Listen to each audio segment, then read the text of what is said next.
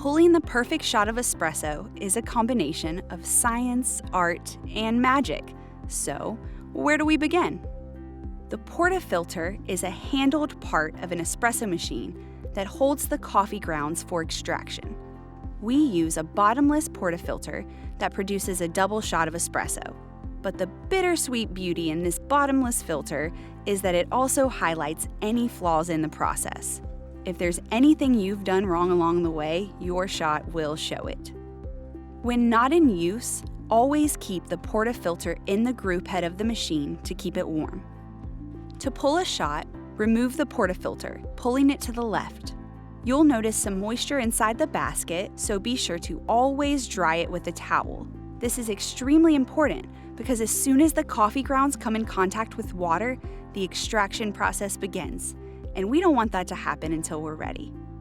After cleaning and drying the portafilter, grind the coffee directly into the basket, overfilling it to ensure the grounds completely fill the basket without any gaps. Now that we have a mound of espresso in our clean, dry portafilter, it's time to level it out. Place the portafilter on the edge of the counter with the handle hanging off of the edge. Grab your leveling tool, set it on top of your overfull basket, and give it a good spin. This step is vital to ensure even extraction. If there is more espresso built up on one side of the basket than the other, the water will not properly push through the espresso evenly, causing the shot to pull incorrectly. Now that our espresso is level, let's tamp. Ensure that the basket is flat and level on the counter. Set the tamp on top of your level basket and grab the handle with your dominant hand. Lean into the tamp with firm and even pressure. Remove the tamp and examine the espresso. Clear away any grounds left around the edge of the basket and repeat once more. An improperly filled and tamped shot will not pull properly, so be sure to get all the preceding steps right before moving on to this one.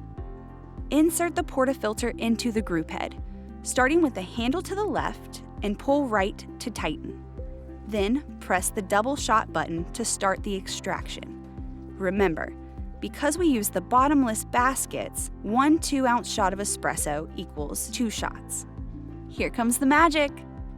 A well-pulled shot of espresso has a steady, creamy, caramel-colored stream with a layer of crema on top, which adds flavor and depth to the latte. Finish up by dumping the espresso puck into the knockbox. Press the manual button to run some clean water through the shower screen for just a few seconds. Dry well again, then replace the portafilter back into the group head to keep it warm. The perfect shot should take between 22 and 28 seconds to pull. If the shot is too short, it will taste extremely acidic. Too long, and it will taste bitter and burnt. It's crucial to time your shots and adjust accordingly when setting up for the day, and pay close attention to any changes that might pop up throughout the shift. If the espresso shot isn't perfect, it may not have been level or evenly tamped. Double-check each step to make sure everything is done correctly. If everything appears to have been done properly, try adjusting the grind. Like we've already said, timing is very important when making espresso. Think about water rushing over rocks versus sand. The water will run over the rocks much more quickly than through the sand. If your shot is too short, then you need to make your grind more fine so the water will take more time to pass through, like the sand.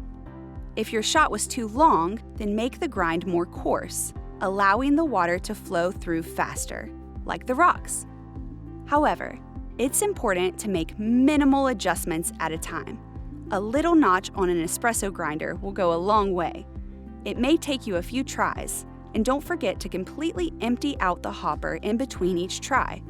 Once you've got the grind adjusted so your shots pull in 22 to 28 seconds, you're good to go. For now at least. Keep an eye out for any changes in shot times and test the shot time at least once every hour. Shot times can change based on the coffee used and even temperature and weather. So yeah, double check your shot times often.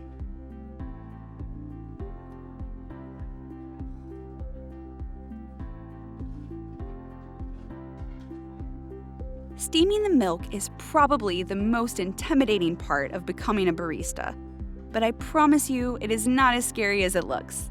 After following these steps and a little practice, you'll soon be a milk steaming master. Start by purging the steam wand to make sure it's clean. Now place cold milk in a clean pitcher, filling to the base of the spout. Then, position the wand just below the milk's surface. The wand should be pointing down towards the bottom of the pitcher at a slight angle. Turn the wand on full. Once you have a good whirlpool going, gradually lower the pitcher to allow air to inject into the milk. You'll know you get it right when you hear a steady kissing sound. When the milk has expanded by 20 to 30%, or 50% for cappuccino milk, lift the pitcher back up until the kissing sound stops and allow the milk to continue to spin. Turn off the steam wand when the bottom of the pitcher gets too hot to touch. Should be about 150 degrees. Wipe the steam wand with a clean towel and purge it after every use. No excuses. Tap and swirl the milk to bring larger bubbles to the surface and to keep the foam from separating. And that's it, perfectly steamed milk.